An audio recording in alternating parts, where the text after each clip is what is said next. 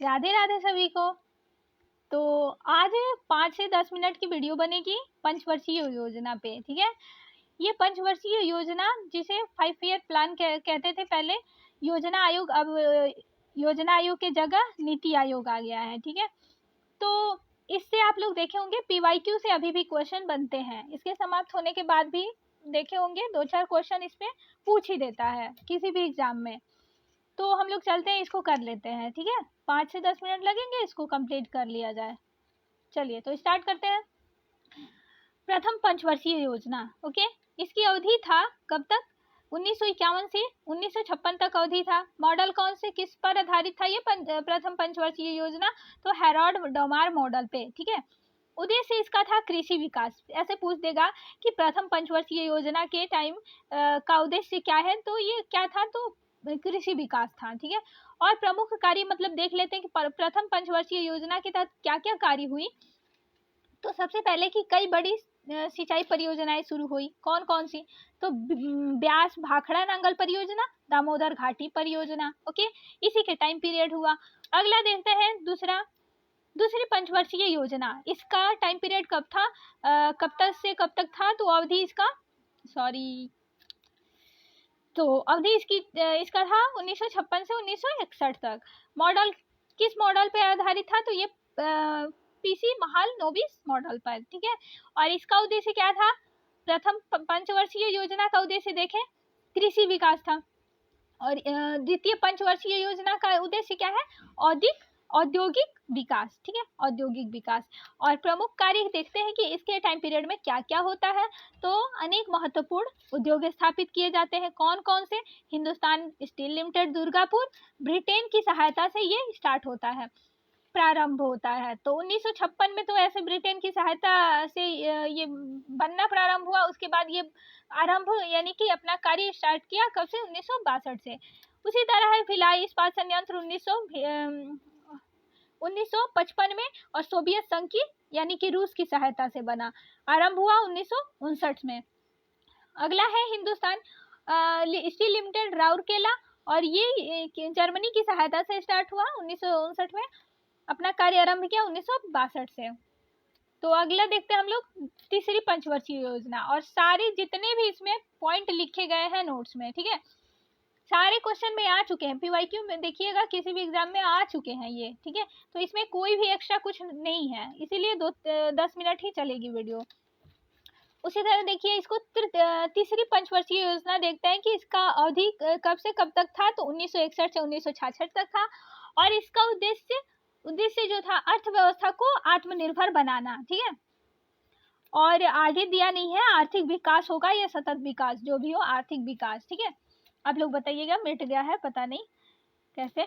और इसके प्रमुख कार्य देखते हैं तो बोकारो आयरन एवं स्टील इंडस्ट्री की स्थापना होती है। और झारखंड में सहयोगी इसका सोवियत संघ यानी रूस की सहायता से बोकारो आयरन एवं स्टील इंडस्ट्री की स्थापना होती है, वो भी झारखंड में। कब? 1964 में, ओके।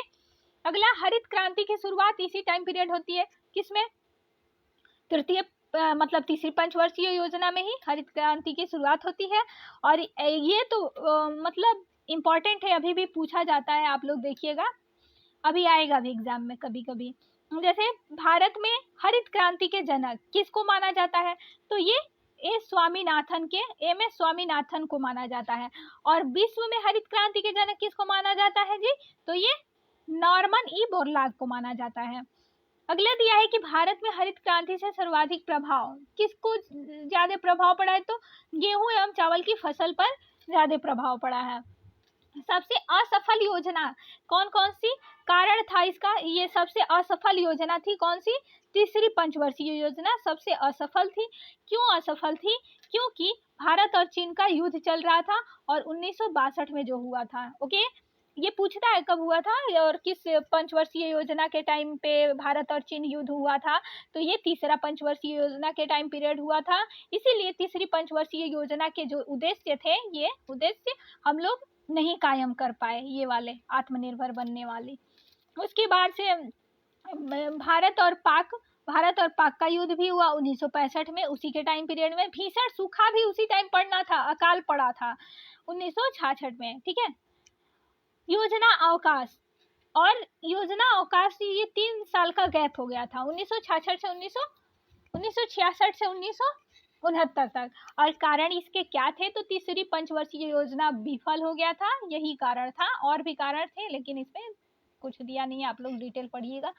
इसे रोककर 3 वर्षों की अवधि की वार्षिक योजना चलाई गई। इसे रोककर 3 वर्षीय की वार्षिक योजना चलाई गई, यानी कि हर साल में। उसी तरह है अगला चतुर्थ पंचवर्षीय योजना, ठीक है।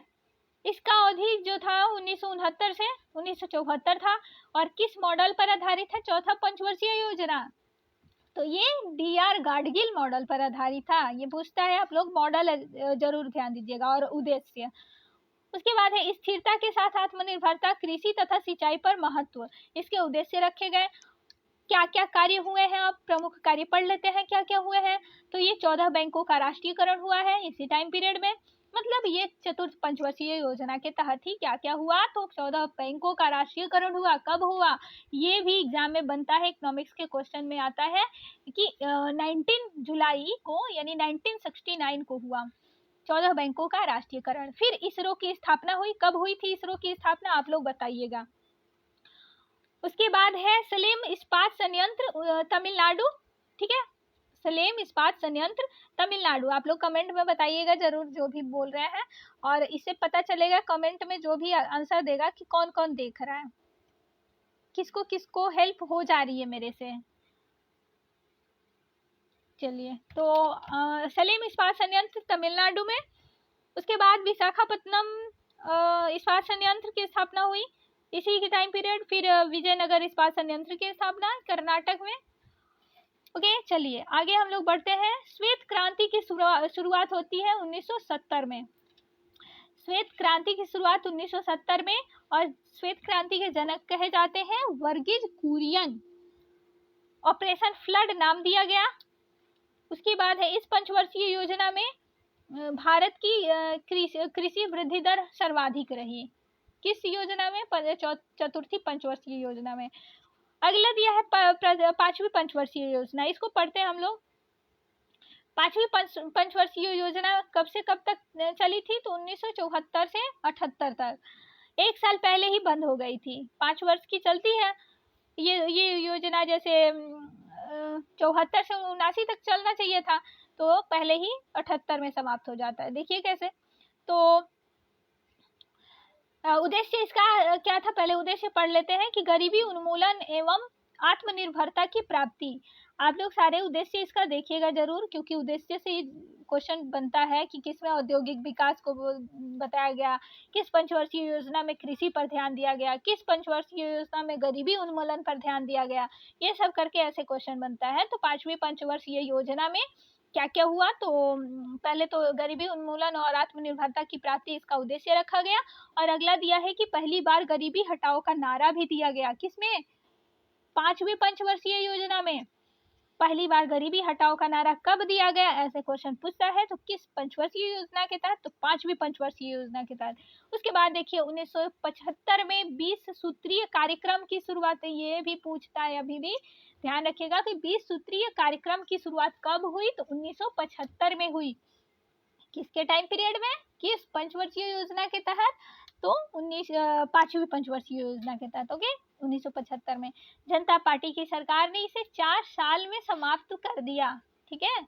अगला दिया है 11वीं पंचवर्षीय योजना। 11वीं पंचवर्षीय योजना पढ़ लेते हैं।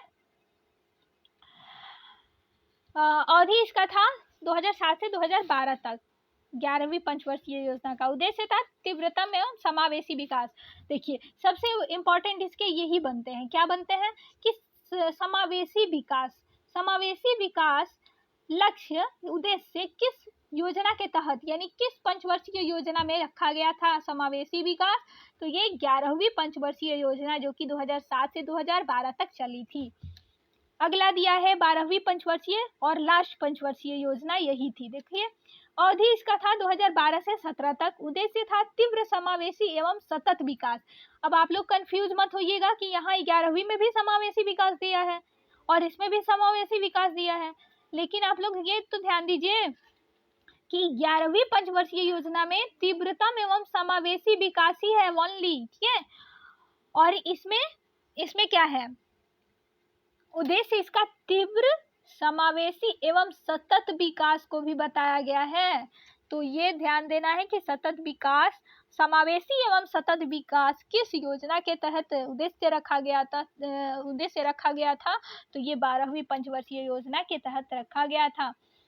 उसके बाद इसके थोड़े पॉइंट है इम्पोर्टेंट, कि जैसे अर्थव्यवस्था में तीव्र आर्थिक समृद्धि प्राप्त करने के उद्देश्य से ही भारत में 12वीं पंचवर्षीय योजना के साथ ही पंचवर्षीय नियोजन की अवधारणा को समाप्त कर दिया गया, और यही 12वीं पंचवर्षीय पंचवर्षीय योजना थी।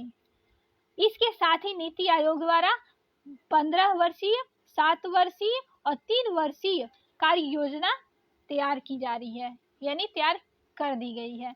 तो उसके बाद ऐसे ही चलिए, आप लोग को जो भी इम्पोर्टेंट लगा हो नोट कर सकते हैं, और बाकी अपना लाइक फीडबैक दीजिएगा कि मतलब इससे मेरे 5-10 मिनट की वीडियो से आप कितने लोगों को लाभ हुआ, कितने लोगों को कुछ हेल्प हो पाई, ठीक है। चलिए, सभी को Radhe Radhe, bye bye, God bless you all.